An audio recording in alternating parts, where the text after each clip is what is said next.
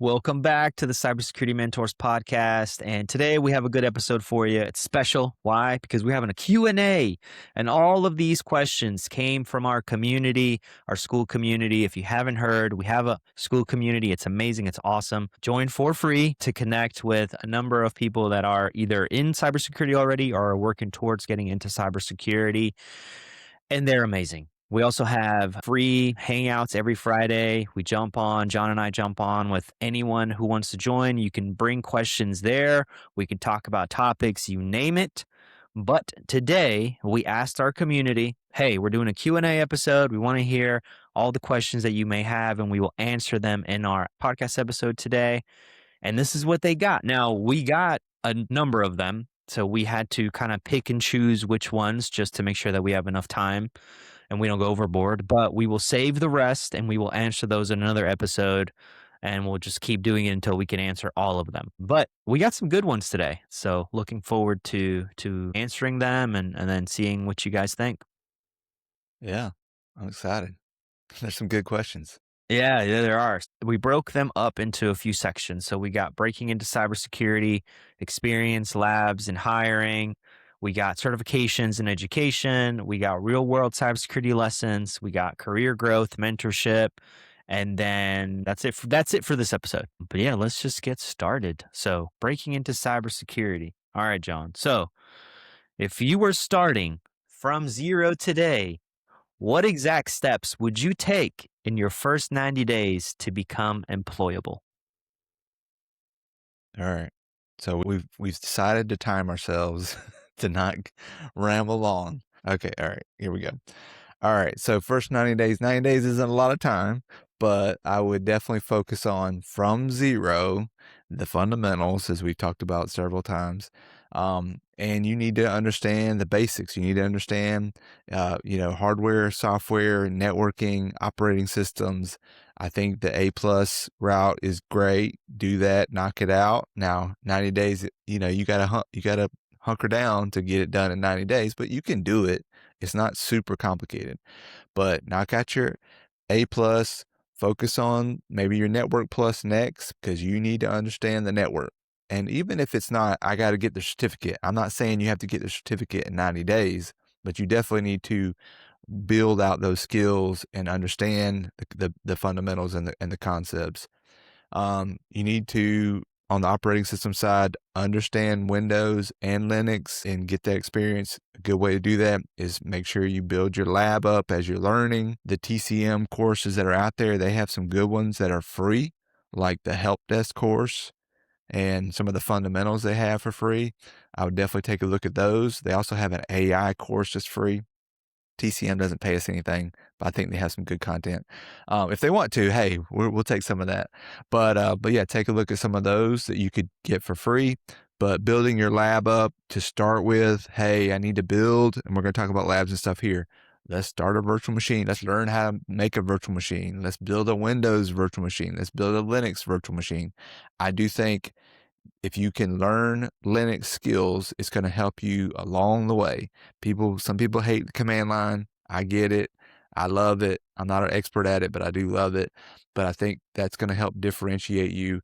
Ultimately, in the first 90 days, you want to get to a level where you have enough solid fundamentals that you could start helping people with basic IT problems. Hey, I can't connect to something. Hey, my printer's broke. Hey, my computer's not working. Hey, I got an error.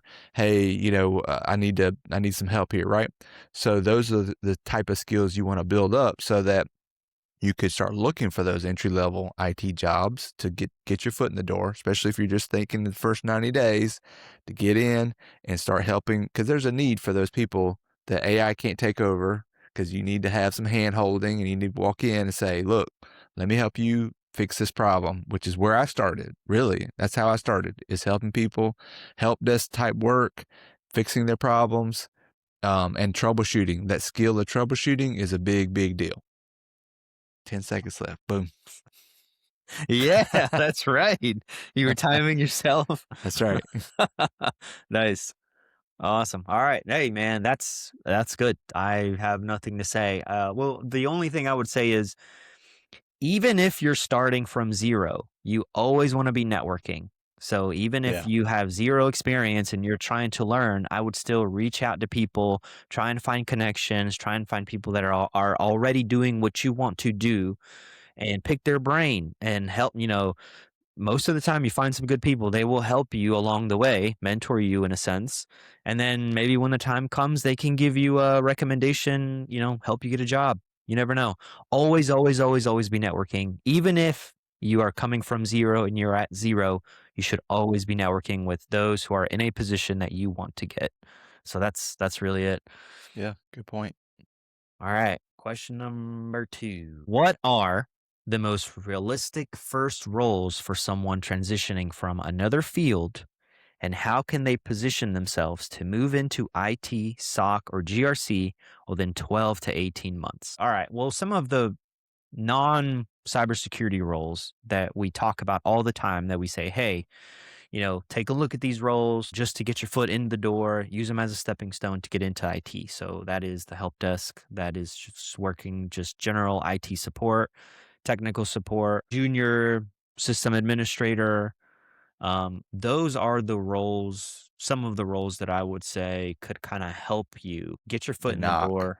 like The we talked knock. about the knock. Thank Yeah. you. The knock. Yeah. So again, that's the help desk, IT support, just general technical support, junior sysadmin, the knock, um, maybe some vulnerability management roles.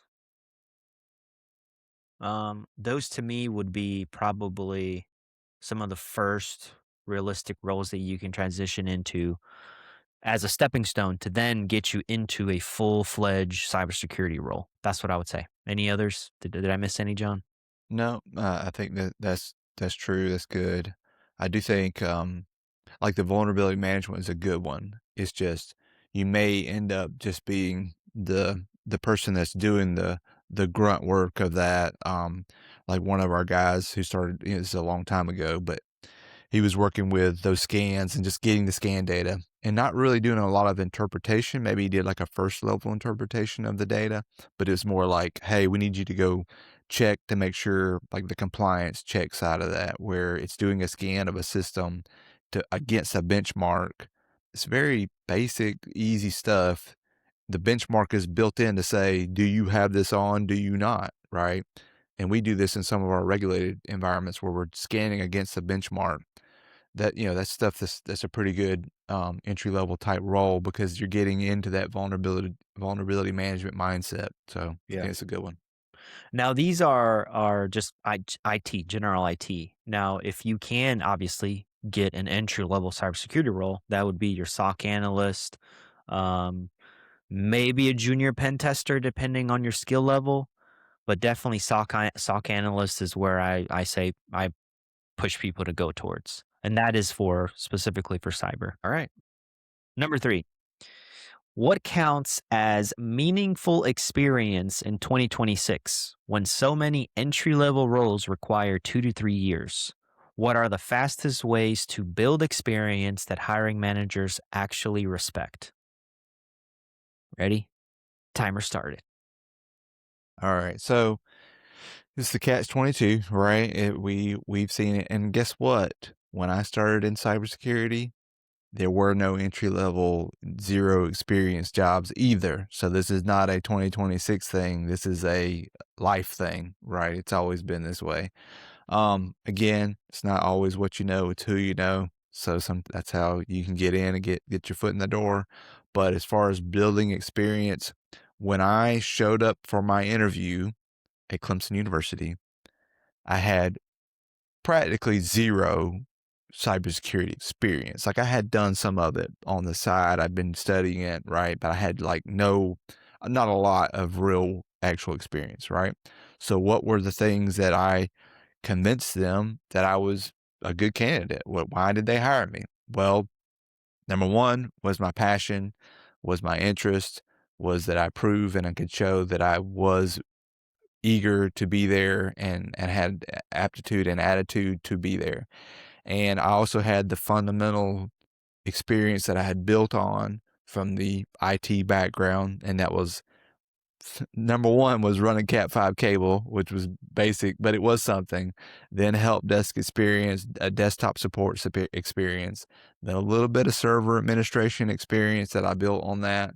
And then I became like the IT guy. And again, I had to sell myself and trick them to hire me to be the IT guy. And I floundered a lot at the beginning, but then I finally figured it out, like sink or swim. I learned how to swim, and I was good at it. I felt like I was good at it. I could solve problems, help people. I got to a point where I'd been there long enough, like I'd pretty much seen that problem before, and I like troubleshooting. I like helping people. But that experience I built on, like this experience snowball, and I talked about this on our hangout one time. It's like you just got to keep building on top of that experience, build on top of that experience. And then when I got there, it was that experience and just my passion for wanting to be in this field and get in. And obviously today, and that was before you had all the things you can do to build out your lab and get some of that, doing the try hack me's, the hack the boxes and all those things. Those are all helpful to add on top of that. But you need to be able to come in with that attitude, and they see you as somebody that's going to hit the ground running, and you are continuously looking to improve, and you've shown that you're looking to improve, and you get it, right? You don't have to be the technical expert, but you get it, and you understand security fundamentals. So if you can bake that into it, and they see you as somebody like, look, we can hire you. You're ready to go. Very nice. We have multiple podcast episodes out there that talk about this topic, that talk about what is the experience that you should be going after, what should you be doing to gain that experience. Because like John said, this is not a 2026 issue. This has been since security came to be issue, where hiring managers want entry level, but they expect 3 to 5 years of experience already. So it is, like John said, hands-on labs, real troubleshooting, any internships that you can get, any volunteer work, any, freelance small projects that you can do. The home labs are a big part of your arsenal if you are trying to get into security and not go the IT route first, not go to the help desk, not go to the knock, not get another job, and you want to go straight into cyber. Your home lab is a huge, huge part of that hands-on experience that you can then show and leverage and talk about. So that is very important. So we can actually, I guess, talk about the next question, because the next question is, how do you build a home lab that hiring managers actually care about? We've talked about this in length, but I'm going to just break it down for everybody again, okay? The most important thing you can do is get on LinkedIn, get on Indeed, go look at the actual job descriptions of the jobs that you want. Look at a ton of them, more than just one, more than just a few. Look at a shit ton of them and compare. What are the responsibilities? What is the work? What do they want me to do as let's just say a SOC analyst, for example? What do SOC analysts do day in and day out? You list that out. Use AI, use ChatGPT, use Claude, use whatever platform you want. Get a bunch of those position descriptions, have it break down exactly what a SOC analyst does. At that point, you will see, a SOC analyst deals with vulnerabilities. A SOC analyst deals with alerts, with looking at logs, with some networking, with some system admin stuff. We got phishing. I mean, I'm just naming a few. Based on all those things that you would have to do as a SOC analyst, that's how you would build your lab. That's what you would say, hey, a SOC analyst, they're using a SIM solution, right? 56% of the jobs that I found on Indeed want you to know how to use Splunk or want you to know how to use a SIM tool. Okay, then you build a SIM tool in your lab. And there's a ton of free stuff out there. Splunk, for example, there's a bunch of others that you can go after. But you can also use this data that now you have to say, hey, 56% of these companies want you to use a SIM solution. 48% of those want you to use Splunk. Okay, well, I'm going to go figure out how to learn how to use Splunk. So I'm going to build Splunk in my lab. That's really it, guys. That's how you kind of figure out what are the things that you should be doing in your lab. You go and look at the position description and you look and see, well, what am I going to be doing in my day-to-day job? and you try and replicate as much as you can from that into your lab. And you're building a lot of this stuff from scratch, which gives you even more credit, more street cred when you go in your interview. Because it wasn't like you just came in and it was already up and running. No, you had to troubleshoot. You had to go through the headache of building it from scratch, standing it up, connecting all the connections, configurations, getting it to work, and then you start actually using the tool. So that to me is how you build a home lab that hiring managers actually care. Because if you can show that you are already doing at some level, some capacity, what they want you to do if they were to hire you, you're set. You're good. Then the social skills come in. I'm done. Yes, I'll just add, I mean, build, secure, hack, right? This is what I preach. And I am doing that even today. Like as a CISO, I go back to build so that I can better understand different platforms like DevOps and cloud and things like that. Like I'm learning right now. I'm got an Azure lab that I'm using and I'm deploying VMs and creating users and things like that. Like I'm literally doing that so that I have a better understanding of what does that look like? How does that work? The build thing, people sleep on build. They sleep on it because they want to just go find bad things and be that, person that looks for the evil. But the build is super important. And guess what? Most of the time you can do it for free. You just got to spend the time. And now you got your Chat GPT buddy help you out, help me understand how to build this thing. So there's really no excuse not to build things and build things that you see in those job descriptions, just like you said. Like look at the job descriptions. They're using this and this and this and this. Most everything you can build some version of that and play with it. And people aren't building things. If you build it, you will better understand it 100%. Like there's no doubt. If you build it from the ground up, you will know it better than somebody that's even used that tool a long time because you actually connected the dots to build it and make it work. Absolutely. All right. Next question. What are some key aspects that you two specifically look for in a candidate? I'll let you take this one, John. All right. So key aspects. So I think the big things are a lot of people will come in and they'll say that they're passionate about cybersecurity. They love it. They want to do it. And then one of the things we really look at is show us the evidence, show us the receipts of where you are passionate. A lot of that is just what we said. Like, okay, show me. Do you have a lab? Are you building a lab? What does that look like? Have you proven that you are doing things on your own to get as much experience as you can on your own? And really humility. We talked about this in the Dave Burke episode. Like humility is not a thing; it should be the number one thing. Because if you're humble and you're honest about what you know and honest about what you don't know, then now we see you as somebody that can learn and that somebody that's going to come in and be honest about what they can contribute, but where they're lacking and where they want to get better. But you got to also add that you want, the attitude of wanting to get better, to be the best you can be, not just be like, yeah, I don't know, sorry, right? But the humility piece of that, and then just the eagerness and the attitude of, look, this is what I'm doing. This is how I can prove to you that I'm serious about this. I want this to be my career. I want to get in and be a part of this team and make a difference. And then when you see people that you kind of question how humble they are, usually that doesn't, I don't feel good about those folks. Like, I don't feel like I want them on our team. And it's, everybody struggles. It's normal. As Dave Burke said in that episode, it's normal for people not to be humble, but there's a healthy ego to that too. Again, hey, the little competitiveness. I want to be the best. I want to be good.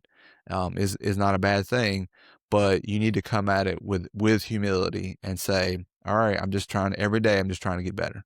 I'm trying to get better. And if you have that eagerness and attitude and humility, you're rocking.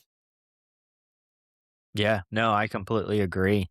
I think just curiosity, right? Trying to figure out why that works that way, why we do things this way, why, asking the why, especially at the very beginning when you're first starting your career.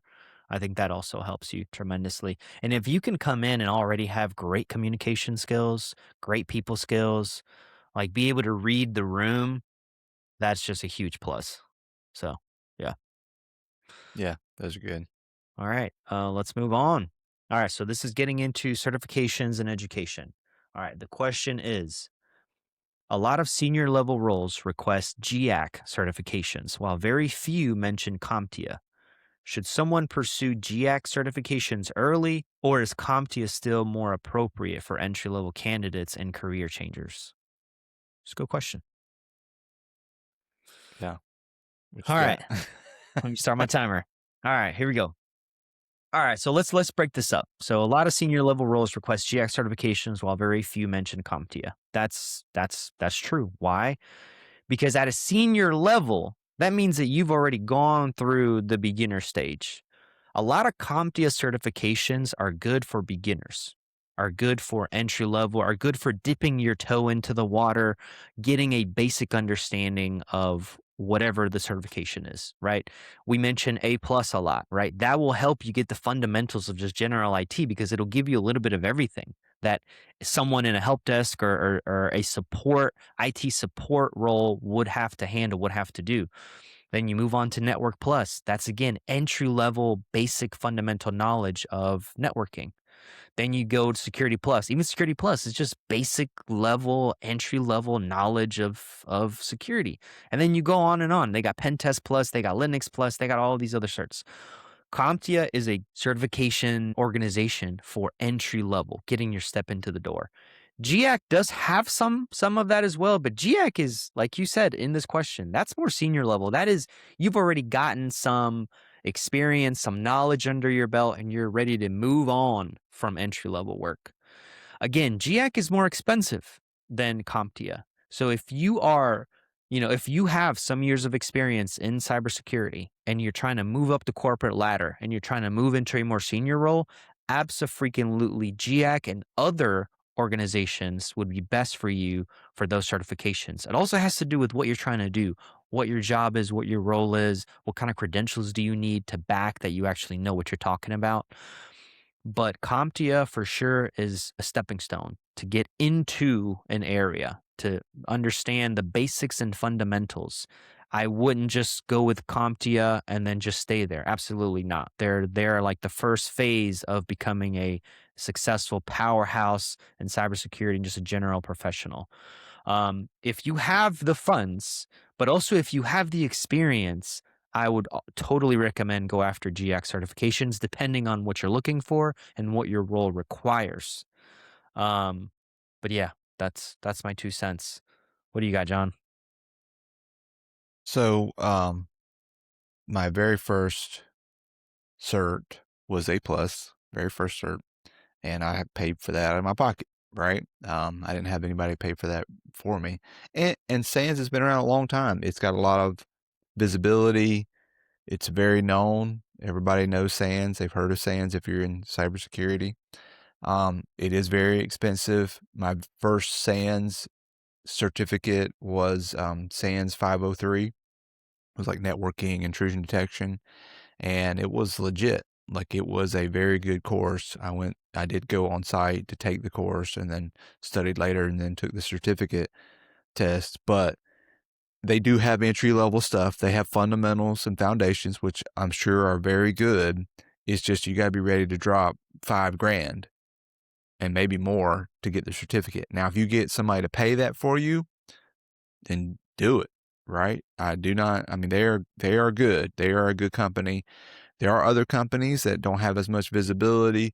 Like I mentioned, TCM, they have a lot of that stuff too. It's way more easy to get into it, to take those courses and actually start getting certs as well. Those are legit. We were one of the first ones. We got called out because, in a good way, to put TCM in the same, like, hey, we would like to see you have these certs, GIAC and TCM, as one of the lists. Again, TCM isn't paying for us. Hit us up, TCM, if you want to hook us up. But we put that on there, and then they called us out. Oh, look at this job description has TCM in it. And I was like, yeah, I mean, we think it's legit. I took one of the courses. That's how I know it's legit. and they didn't respond back. I was like, dude, Heath, hook me up. I mean, I've given you shout out and I respond anyways. But my point is that GIAC is good, SANS is good. I've had several GIAC certifications. It's just, be ready to drop thousands and thousands of dollars. Now, if you treated it like a alternative to a bachelor's, then that would be a different question. That would be something to consider. It's like, well, all right, instead of going to get a computer science degree, should I pursue all these GIAC certifications? And they actually do lead that into, they have a master's program after you go through so many courses of GIAC and get those. That could be a path that could be an alternate path that you could take. Awesome. No, that's good, man. That's good. Well, this actually leads into our next question, which I'm going to let you answer and then I'll give my 2 cents afterwards. But the next question is, if the long-term target role is CISO, is an MBA more valuable than a master's degree? Take it away. All right. I recently had this conversation with one of our guys, or one of our students, who's ready to graduate. He's graduating this in this month, I think. And great guy, super awesome. I've seen him mature over the 4 years he's been here, but he's thinking about pursuing a master's. He actually asked me specifically about an MBA. And here's the advice I gave him. Right now, take it with what you want, but this is what I said. Right, I said, from Steve's experience, who has an MBA, and some of our guys, they've taken advantage of that opportunity to be at a university. He was looking at an MS, a master's in computer science, and thinking about leadership. He wanted to be in a leadership role going forward. Like, that's his path he wants to go into, right? Which is CISO. So what I said is, in my opinion, I don't think, nothing against the MBA, nothing against a master's in computer science. I just said, you've already kind of checked that box from a technical computer science perspective. It's not going to hurt you to have a master's in computer science, but really, how much more will it help you, especially if you want to go the leadership route, to go get a master's in computer science? It won't hurt you, but it might be better, in my opinion, to pursue something that's outside of that technical realm, that is more people focused, more people skills focused, more soft skills focused, more leadership focused, or business focused. Like I said, having that business skill set on top of your computer skill set is rare. And it doesn't have to be an MBA. It could just be a business degree.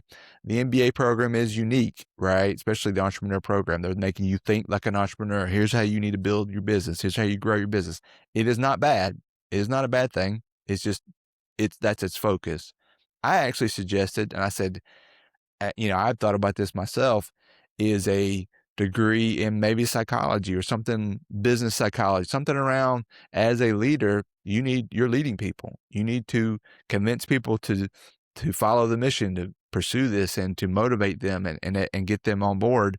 And that skill, as we talked about with other leadership and people skills and soft skills, that can really help you if you want to pursue a leadership path. In my opinion, maybe definitely more than a master's in computer science, and really probably effectively more than an MBA. But, that's just my opinion. Steve, what do you think from that MBA perspective? No, absolutely. So if someone's asking me, hey, I want to be a CISO one day, what should I do? An MBA or a master's in cybersecurity, computer science, whatever? I will absolutely say get the MBA. Why? Because in a CISO role, you will be, like John said, managing people, communicating risk. You're going to be working with executives or people at that C-suite level. You're going to be managing budgets, right? I mean, you're going to be working with money, and you're going to have to learn how to align security goals with overall organizational roles. And yes, my MBA program was more focused on entrepreneurship, but that's towards the end. At the very beginning, it was very basic, general master's in business administration. So you got all that basic knowledge. And then at the end, you did kind of focus more on starting a business, running a business, and just being successful at that sort. But I'd learned a lot of these things through my MBA program. Now, I actually think that if I would have, had a little more people knowledge, a little bit more of like psychology or just management or just something along the lines of working with people, managing people. If I would have had a little bit more of that in my MBA, that would have helped me even more. But I did get a lot of the basic stuff that I feel like someone in that leadership role, not just a CISO, but in any sort of leadership role would need to build and run a successful team for an organization. So go the MBA route or go a more management, psychology, business oriented route. If you already have a bachelor's degree in cybersecurity, computer science, anything technical, you don't need more technical. That's enough. After that, then comes the certifications that you go after, but you don't need a master's. Unless one day you want to be a teacher or a professor and you want to teach cybersecurity or computer science or something, that's when you need a master's, maybe. But other than that, you don't need it. Well, and I will say a lot of CISOs have an advanced degree. You know, they have the bachelor's and they have a master's. Um, Typically, probably a lot of them are like whatever their bachelor's is also their master's as well. But from my experience, I totally agree. You know, something that's on top of that mixes it up. That's not just the same. You know, because really, if you're getting computer science, you're trying to be, you know, very in depth on the computer science world to understand that next level. And you pretty much got it. You know, 4 years, you're good on computer science, in my opinion. Yeah, if you basically graduated, you're good. Yeah. Because, all right, let's go to the next one. All right, so this is more into real world cybersecurity lessons. Here we go. Next question. What surprised you most when you started working in cybersecurity? Something no course or certification prepares you for. All right. What surprised me the most is how shitty companies have when it comes to cybersecurity. Seriously. Like, there are so many things that you learn while you go to school or while you're doing certifications that is just like a no brainer type of thing. That is just basic cybersecurity hygiene. That it's like, this is the least thing you should do in an organization to be secure. And you come out thinking that all of these organizations know what you know and are going to not be dumb and do the bare minimum at least. And then you get your first job. And then you realize half of the organization has their freaking passwords posted on sticky notes on their monitors. And they're in a cube farm. So you just walk down and you see Joe. Hey, Joe, what's your password? Oh, Joe's password is Linda loves pizza. 123. Who's Linda? His wife. Okay. You look at Joe's Facebook profile. He's enjoying a huge pizza. Like, I mean, that's just one thing. That's really it's really surprised me how bad companies and organizations' security is. When I'm coming in fresh off school and I'm like, oh my God, all these organizations, they all got it together. Like, I'm going to have to come in and do this, do that. And you are dealing with fighting leadership to set up a password expiration date because people have had passwords since the 1990s and they haven't reset them ever. Like, those are the things that really surprised me coming into the field from studying and preparing and actually working as a cybersecurity professional, how bad organization cybersecurity posture really is and how much you have to fight and argue for an organization to do the bare minimum. It's like low hanging fruit. Like, bro, just get two-factor authentication and we will stop half of the attacks that we get. That's what really surprised me. That's great. That's a great point. And it's still true to this day. It's still true to this day. I understand some of it, but I do have to fight those battles too. I'm like, literally like, hey, there's one I'm working on right now. I'm like, wait a minute, what? Why are we not doing that? And usually I can win those battles, but it's still a battle. AI is a good example. Everybody wants everything connected to their AI and they want to hook it up to everything and give it all the access. And I'm like, hey, take a look at this article where it just deleted somebody's whole production database. Like, maybe you need to woe up But yeah, no, that's a great point. And the good news about that, right, is job security number one, because most people, even though they think AI is going to take over, they still need somebody like us to come in there and say, hey, why do we not have this turned on? Why is that on? What are we doing here? So there is a big need, and I really am not surprised anymore when I see things. I'm like, yep, that makes sense. Unfortunately, yep, that makes sense. They didn't do that. They're not doing that, right? As we've been doing risk assessments and helping with risk assessments with small companies, like I get it, right? They don't worry about that. They're doing business, but they need people like us to come in and help them do those fundamentals. That also is very good news because it's not rocket science. When you look at the CIS top 18 or 19 controls, whatever it is now, it's not super complicated. It's fundamentals, but the fundamentals keep you out of the news. There are two incidents I saw read about yesterday, where it was a VPN account without multi-factor, and that's why they got breached. Basics. So, yeah, it's a good point. And I'll say this: I've worked in higher ed, I've worked in healthcare, I've worked in insurance. I've been around, and it's the same no matter where you go. Everyone is suffering from the same issue, and it's just Hmm. basic cybersecurity hygiene. Yep, it's true. All right, moving on to the next one. What's the most common mistake you see junior analysts make in a SOC environment? Take it away, John.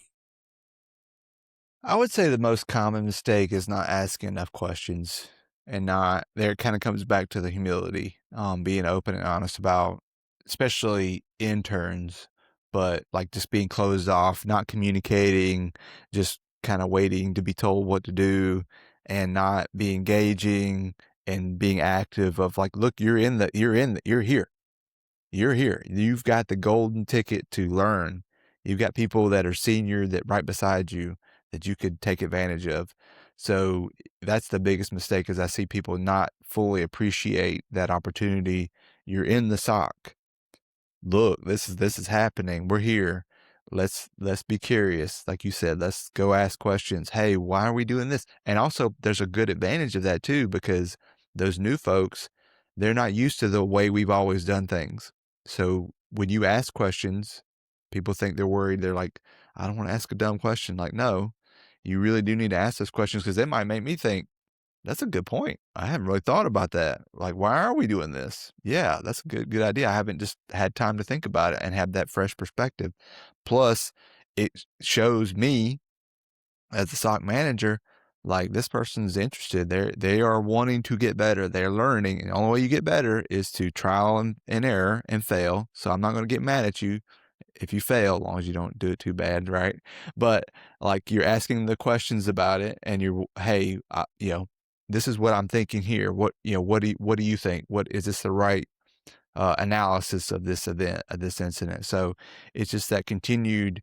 You don't give up when you're in the role. Okay, you got to. Now is the time to really learn.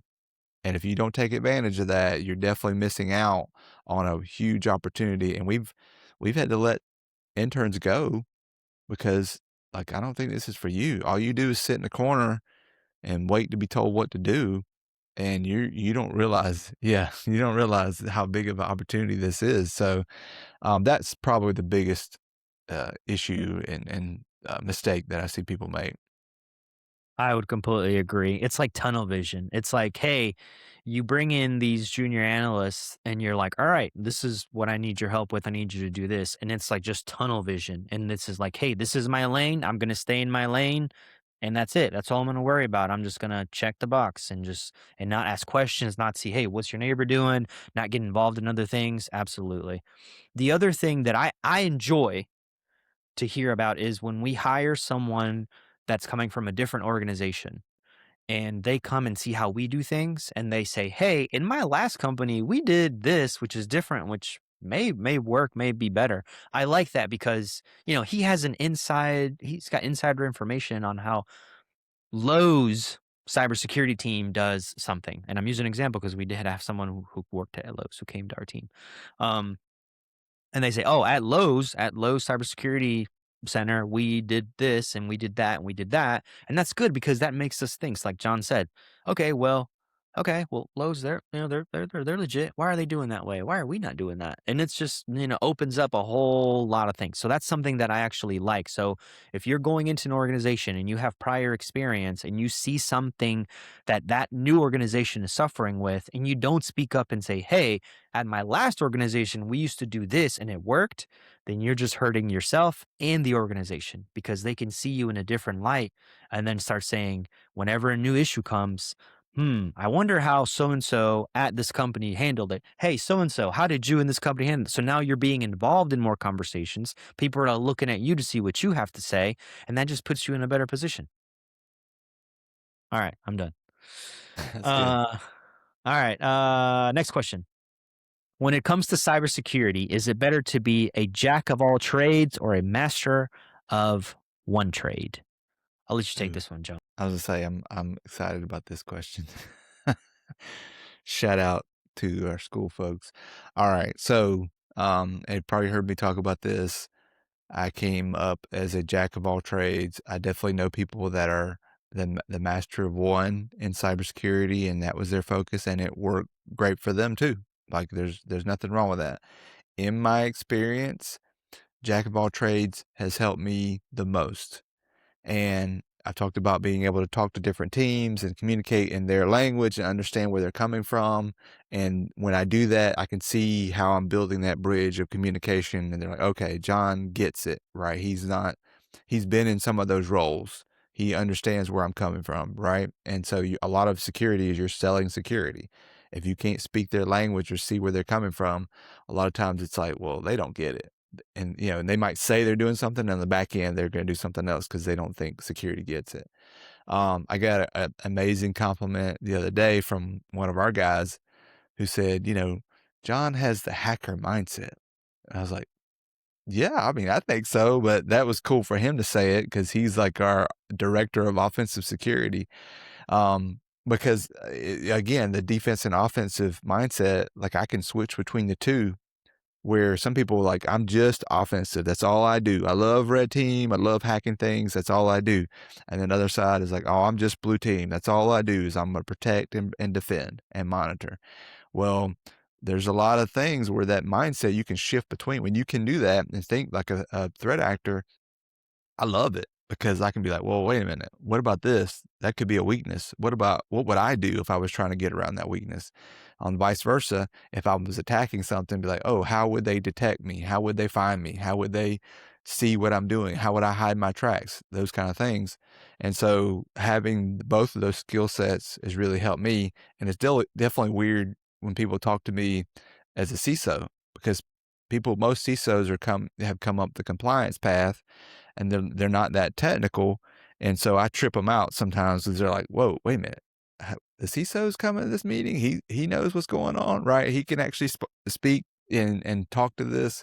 And they're like, that's weird. And that's like, that's right. I mean, I like it. I like being weird.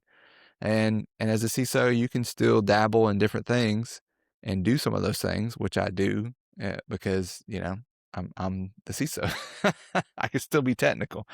But yeah, my opinion is even if you were going to go full GRC, okay, my opinion would be to definitely be as technical as you can, because if you just do GRC, you are definitely going to have a gap in what you do when you see a compliance control that says you must do this, this, and this. But if you can't actually think through how the admins are going to implement that control and what are they going to be the headaches, what are going to be the shortfalls, what are they going to do to bypass it because it doesn't work? And you're like, well, listen, the control says you must do this.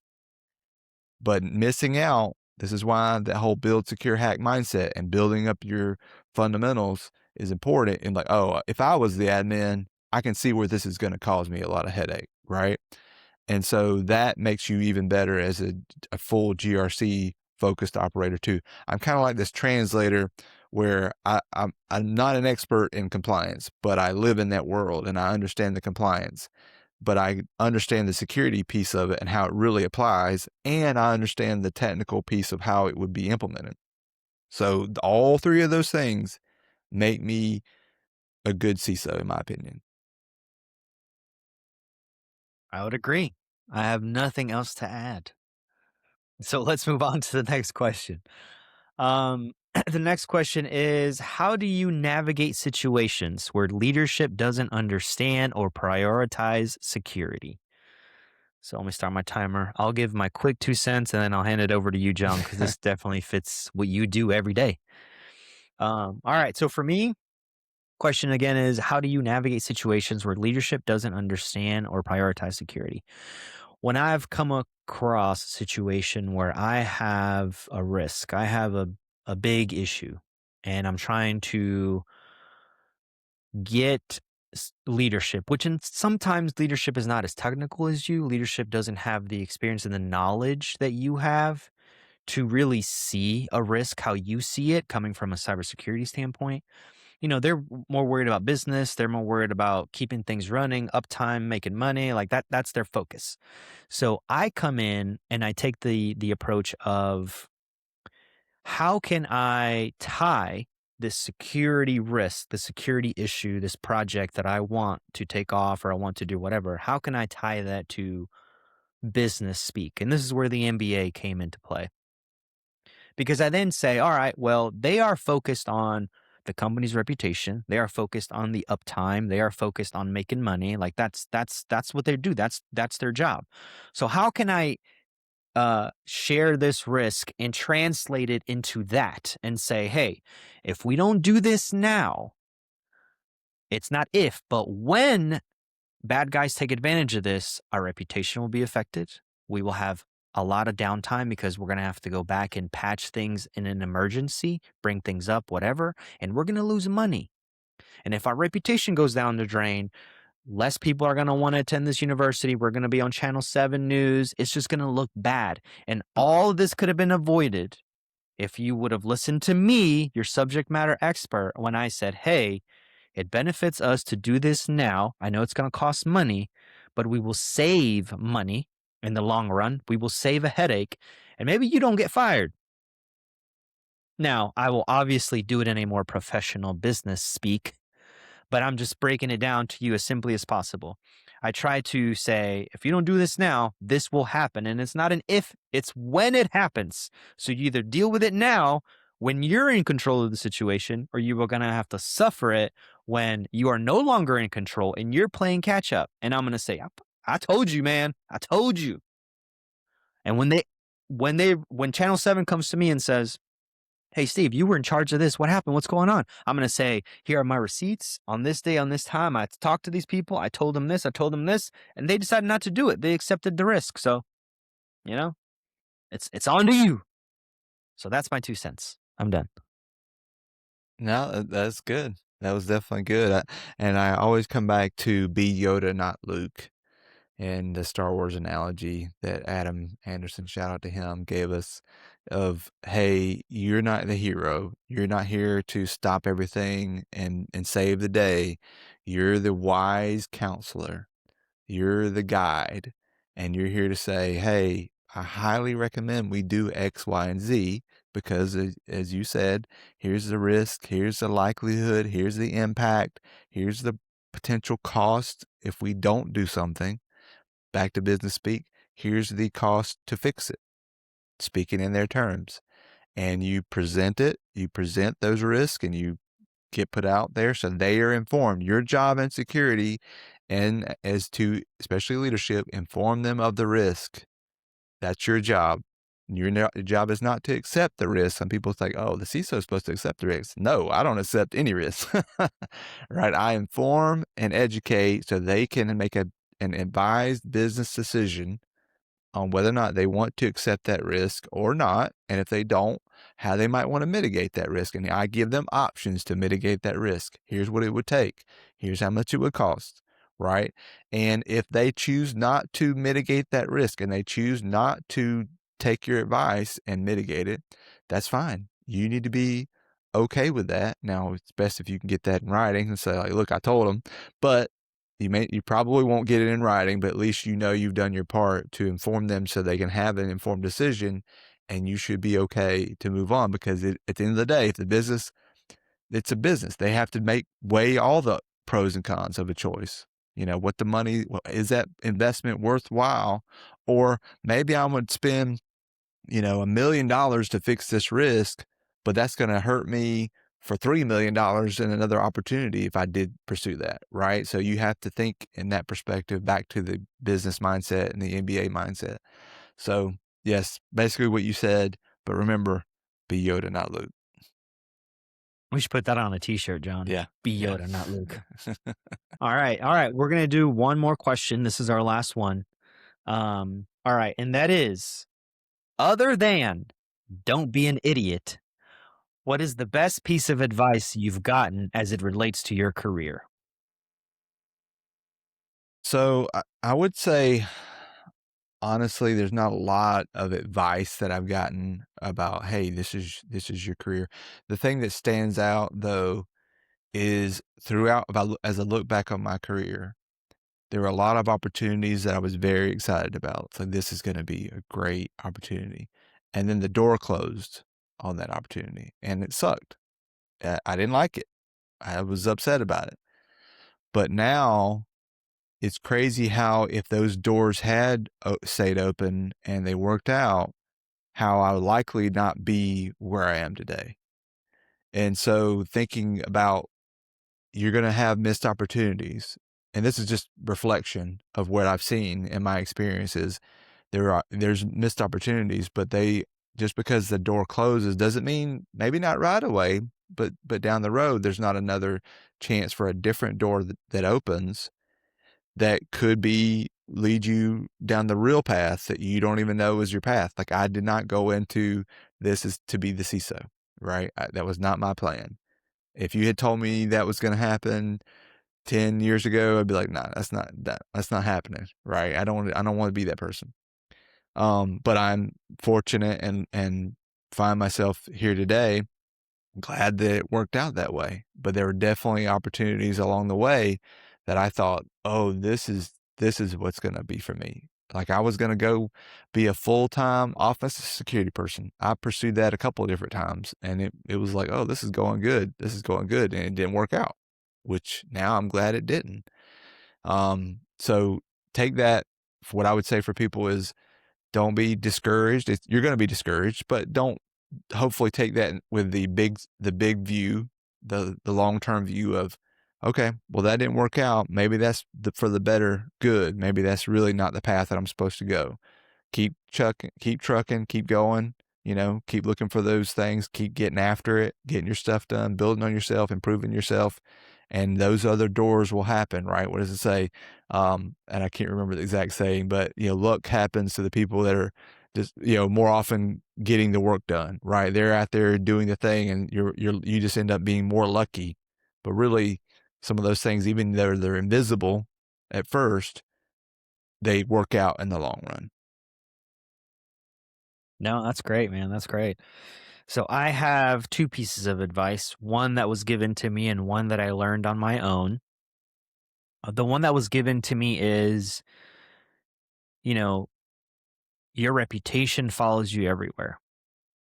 Make sure that when you say you're going to do something, you do it. Make sure that you are someone that people around you can trust, people around you respect, and people around you can depend on you, because you never know when you'll be in a situation when the person you least expect can help you tremendously. And the cybersecurity community, in my opinion, is small, man. It is small. And if you don't have a good reputation, it will follow you. And when you least expect it, it will affect, you potentially getting a new opportunity, you potentially getting a raise, being invited to be part of certain organizations, winning awards, you name it. Your reputation follows you everywhere. So cherish it, treat it right, and make sure that when people talk about you, it's in a good manner, basically. The other thing I learned on my own is networking is king. and we try and shove this down everybody's throat who listens to us. But let me just give you an example. I have worked in different organizations. I've had a number of different jobs. All but one job I have gotten because I know someone or because someone gave me a reference or someone recommended me. All but one. And I would not be here today if it wasn't for all those connections, all those people that I've gotten to know. Especially John is one of those huge connections. He's been a mentor for me forever now. Feels like forever. Um, and there's been a lot of times where John has said, "Hey, so I recommend so and so," or John has convinced me to come back multiple times to work with him. Um, but yeah, I mean that is one thing I learned on my own, and it's something that I would tell people now. Networking is king. Network, network, network. You can never have too many friends when it comes to a professional in a professional setting. Never, because you just never know who can help you today or who can help you tomorrow, or maybe you can help them. But it's always good to have that. And then yeah, your reputation, man. Your reputation, that's all you have in this industry. So make sure that you do what you need to do to make sure you have a good reputation. So that's what I got. Yeah. No, those are great.